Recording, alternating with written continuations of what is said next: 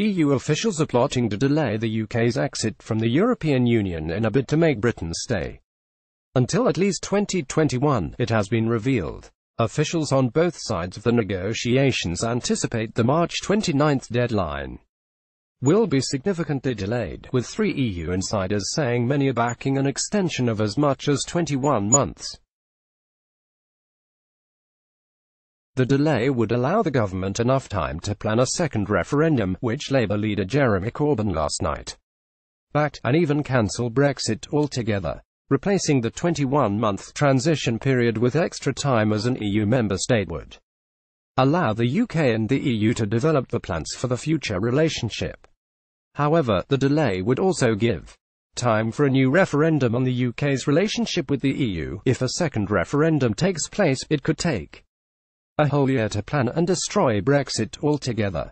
In the People's Vote campaign-owned document, it is revealed they are aware at the time a second referendum would require, and the EU has shown support for the People's Vote, keeping the UK locked to the EU for as long as possible, with the possibility of the whole exit plan eventually being cancelled. Read more. Brexit stitch-up. UK's departure from EU could be delayed until 2021. EU sources reveal officials are plotting to delay the UK's exit from the EU as Theresa May's deal is expected to fail. Image Getty. The document states, as is expected, the government's Brexit deal is rejected by the House of Commons. We believe the only credible way forwards for MPs will be to hand the decision back to the people. As this paper makes clear, there will be numerous opportunities for MPs to secure a people's vote, regardless of the government's stated opposition to letting the public decide.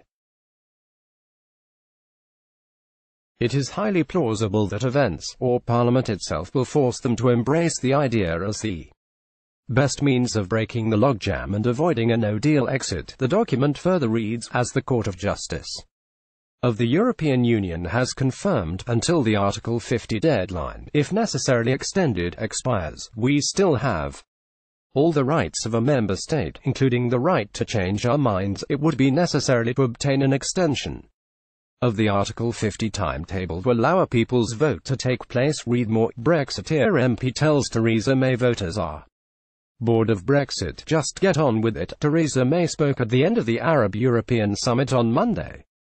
Image Getty. The government agrees a second vote could take more than a year to organise.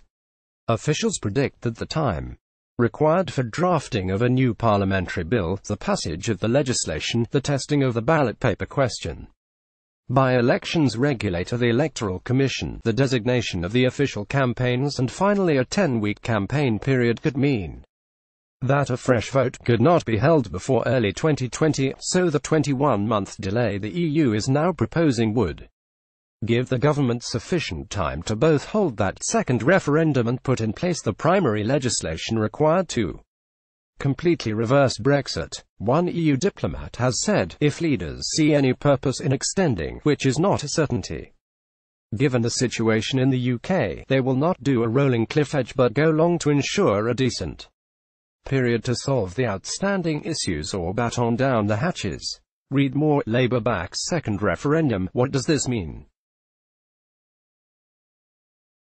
Will there be majority for another vote?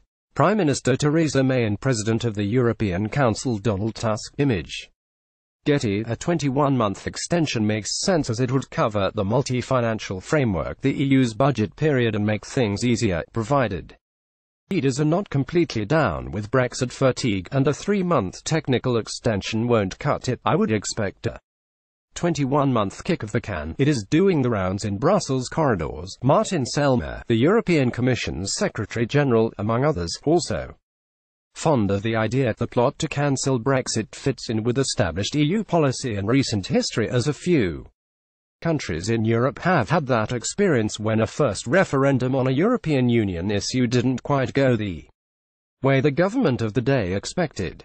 As an example, Irish voters has on multiple occasions changed their minds on EU treaties. In 2001, it was the Treaty of Nice, which amended the Maastricht Treaty and sought to prepare the institutions of the EU for its anticipated enlargement. Then, 7 years later, it was the turn of the Lisbon Treaty, which was an attempt to streamline the EU. Both the treaties were first rejected, but was later backed when put up for a vote a second time. Another example relates to Denmark's vote on the Maastricht Treaty in 1992. At first, more than half, 57%, rejected the treaty with a turnout of 81%.